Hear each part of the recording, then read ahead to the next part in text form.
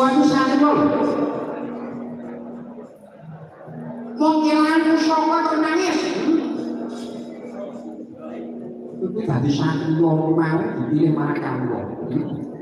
Kowe dadi pejabat negara iki dipilih marang kamu.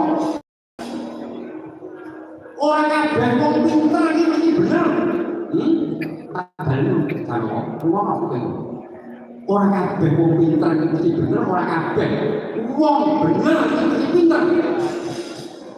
Akeh wong pinter ning ora bener, akeh wong bener sanajan ora pinter. Nanging timbang dadi wong pinter ning ora bener luwih becik dadi wong bener sanajan ora pinter. Sing luwih prayoga ya iku dadi wong pinter ning asah tumindak bener. Kuwi angel. Mergo wong pinter saiki pirang-pirang musuhane ngapusi. Wong pinter iki kalah karo wong ketrima, akeh wong pinter nanging ora ketrima uripe. Akeh wong bodoh nek ketrima uripe.